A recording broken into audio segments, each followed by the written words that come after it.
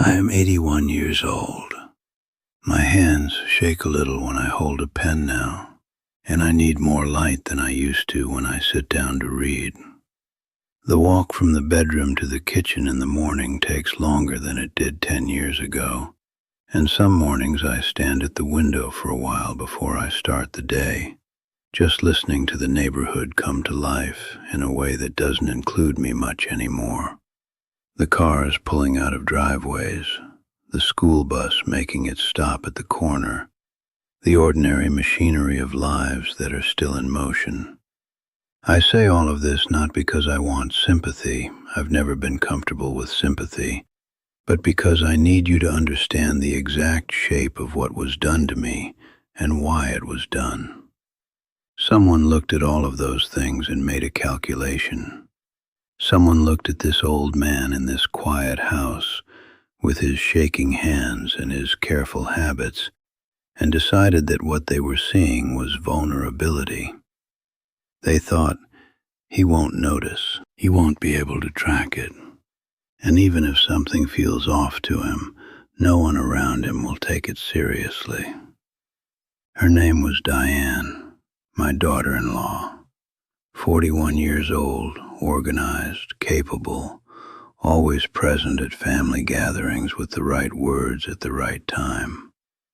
When my son Marcus moved his family to Portland 3 years ago, she was the one who called to check in more than he did.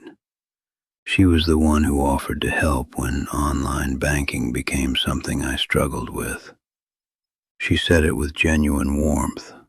"Walter, you shouldn't have to deal with all of this alone. Let me set things up for you. It'll make your life easier." I believed her. I handed her the access because I trusted her, and I trusted her because I had no reason not to. Subscribe to this channel if you haven't already. Ring the bell so you don't miss what comes next. And tell me in the comments, where are you watching from tonight? Because I know there are people here who have carried something like this quietly for longer than they should have had to. I worked 34 years as an accountant. Not at a large firm with glass offices and quarterly retreats.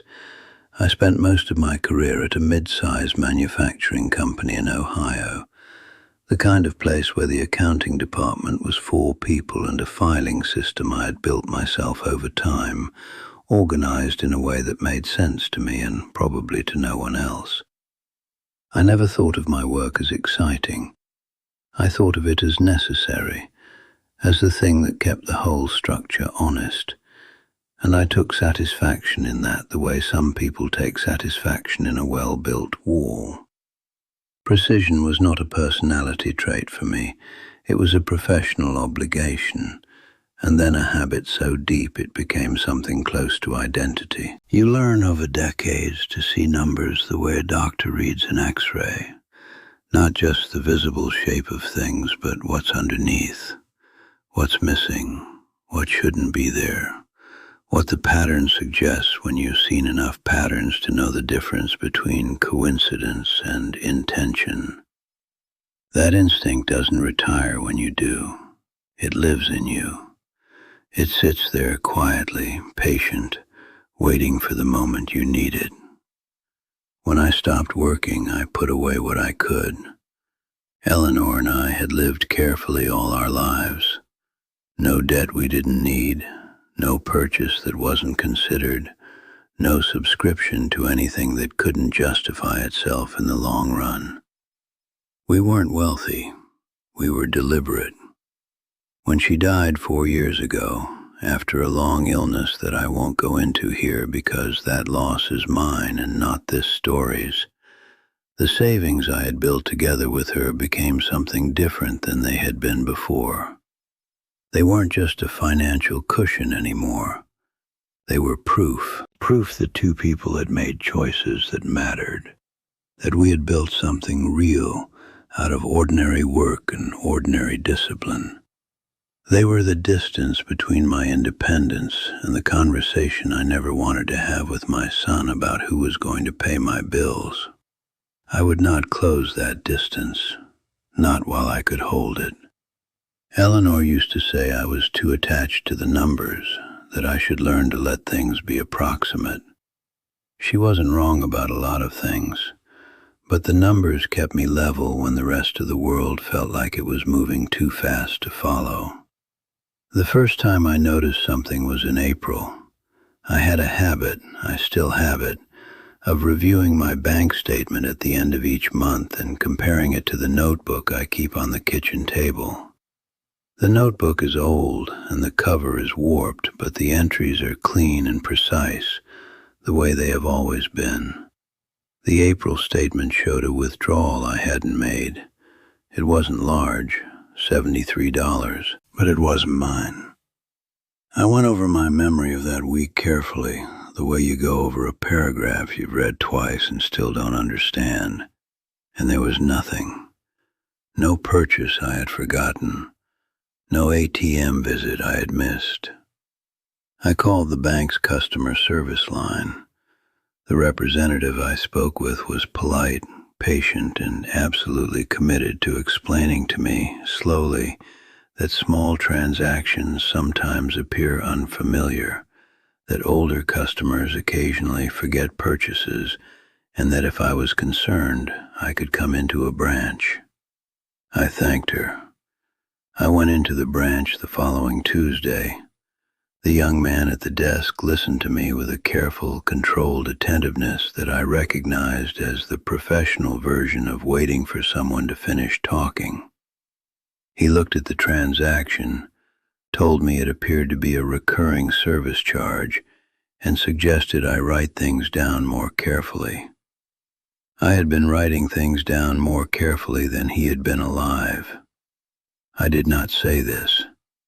I thanked him and left. That night I sat at the kitchen table under the overhead light and I pulled out every bank statement I had from the last 6 months. Not the digital versions, the paper ones I still request, still file by date in a folder in the second drawer. I laid them out in order and went through them the way I used to go through audit trails, line by line, date by date, looking for the thing that didn't fit the pattern. And it was there. It had been there for months. Small amounts, between $50 and $140, withdrawn at irregular intervals, never two in the same week, never on the same day of the month twice in a row, never large enough to trigger the bank's automatic alert thresholds. The spacing was deliberate. The amounts were calibrated. Whoever had done this had thought about what a monitoring system would flag, and had stayed precisely underneath it. This was not carelessness that had produced a coincidentally coherent result. This was strategy. Someone had planned this with the quiet assumption that the account holder was too old, too confused, or too far from his former precision to notice what was happening right in front of him. That assumption was the first serious error they made. My son Marcus called that Saturday. I didn't tell him everything. I told him I had noticed some irregularities in my account and wanted to know if he had any thoughts. He was driving when he called. I could hear the road noise, and he said, without any real pause, that I should check if I had any automatic subscriptions I might have forgotten about. He asked if maybe I was confusing the dates on some of my transactions. Then his daughter said something in the background, and he said he had to go. I told him it was fine. I sat with the phone in my hand after the call ended and looked at the window for a long time. I did not call anyone else. I went back to work. That's the only way I know how to describe it. It felt like going back to work, because it was exactly that. I started logging everything in the notebook with more precision than before, not just the discrepancies, but the dates, the times of day the transactions posted, the exact amounts. I learned to navigate the bank's online portal more carefully, with the help of a printed guide I made for myself one afternoon at the library. What I was building was a record, and the record, once you could see it spread across enough pages, was not ambiguous. I called Harold. We had worked together in the early 90s, before he transitioned into fraud detection at a regional bank, and I stayed where I was, and our friendship had survived decades of distance and infrequent contact in the way that some friendships do, by agreeing, without ever saying it, that neither of us would make demands the other couldn't meet. He was retired now and living in Tucson, and we hadn't spoken in almost 2 years. But I knew he would listen, and I knew he would hear what I was actually saying rather than what was easier to hear. I told him what I had found. I read him the amounts, the dates, the intervals. He didn't interrupt, didn't offer reassurance while I was still talking, didn't fill the silence with comfort that wasn't useful. When I finished, there was a pause. Then he said, "Walter, that's not a mistake. That's a pattern. And a pattern like that means someone had deliberate access and understood exactly how to stay beneath the threshold." He told me what to formally request from the bank: an access log, a full device history for every login to my account during the relevant months. He told me which department to contact and what language to use so the request would be routed correctly and treated with appropriate seriousness. I wrote it all down. I followed every step in exactly the order he gave them. The report took 11 days to arrive. I opened it at the kitchen table on a Thursday morning, with coffee I hadn't touched yet going cold beside me. The device that had accessed my account in connection with each of the irregular transactions was the same: a single phone. The login times formed a pattern too: Tuesday and Friday mornings, during the window when Diane worked from home. The same device, consistent, documented. The kind of evidence that doesn't require interpretation. It just sits there and means what it means. What would you have done at this point? Would you have called her right then and confronted her directly? Would you have gone to your son first, or to the police? Or would you have waited, like I waited, because you understood that the difference between exposing the truth and simply creating a dispute is almost entirely a matter of when and how you act? I called Marcus on a Sunday afternoon and told him there was a family matter I needed to go over in person, and that I'd like everyone present if it could be arranged. I kept it simple. I said there were some things I'd been thinking about and that it made more sense to talk through them face to face than over the phone. He said, of course, without asking any questions, which was characteristic of him. Marcus has always been better at showing up than at asking what showing up is for. He said they'd all be there. I heard Diane in the background ask what it was about. He relayed the question. I said it was some housekeeping I'd been putting off. She said she was looking forward to seeing me. I said I was looking forward to it too. 3 weeks passed. I spent them the way I'd been spending most of my evenings that fall, at the kitchen table, reviewing the documents, making sure every element was in the right order, making sure there was nothing in the presentation that could be redirected or dismissed. I was not anxious. I was prepared, which is the state I always preferred to anxious. They arrived on a Saturday in early October. My granddaughter ran in and hugged me, and I held her for a moment longer than usual. Marcus brought flowers from Eleanor's favorite shop, which he remembered and I didn't expect him to, and for a little while we were just family in a house that had been too quiet for too long. I let that be what it was.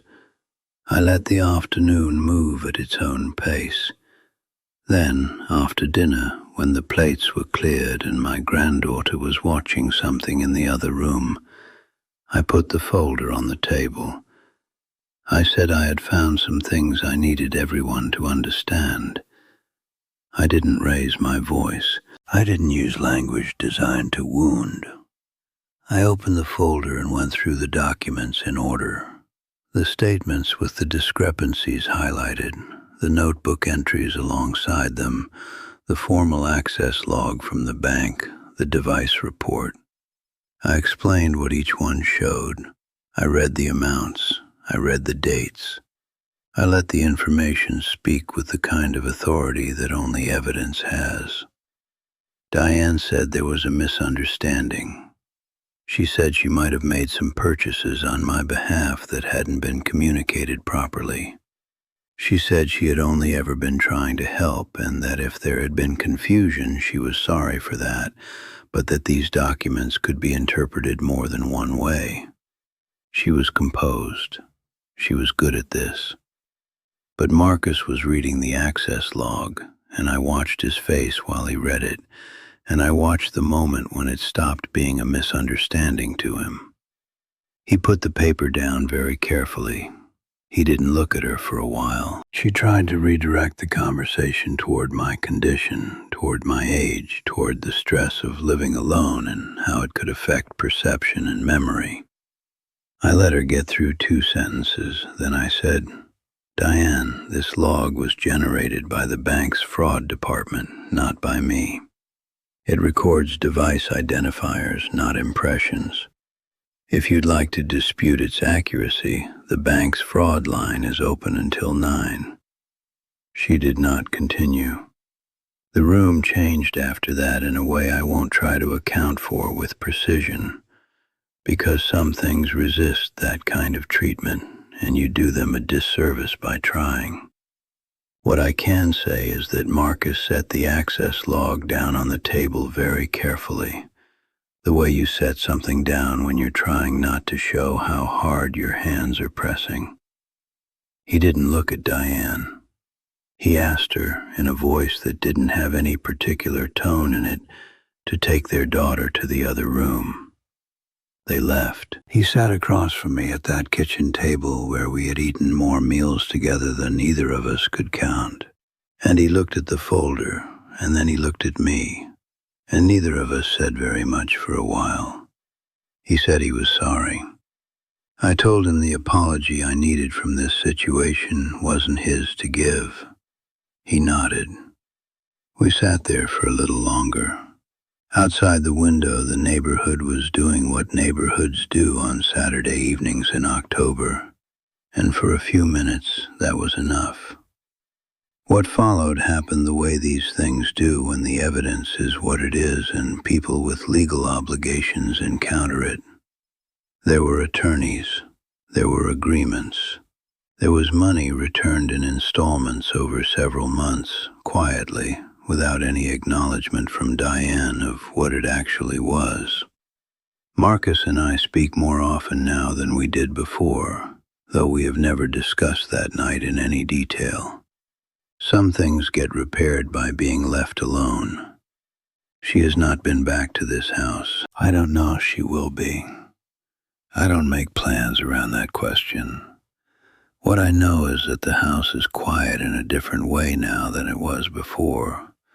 Not the quiet of someone who has been diminished and overlooked, but the quiet of someone who looked at what was happening and did not look away.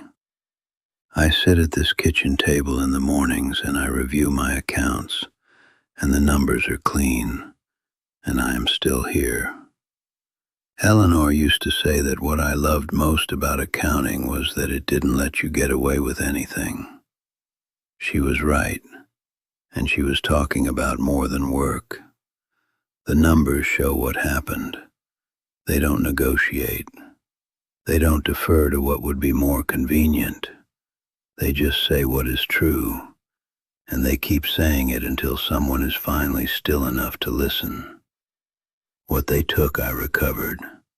What they tried to take, the trust in my own mind, the reliability of my own records, the right to be believed when I said something was wrong, that was never theirs to take in the first place. So let me ask you something before we're done. If the people around you stopped treating your experience as reliable, what would you do? Would you accept their version of your own life? Or would you go back to the evidence and let the record speak?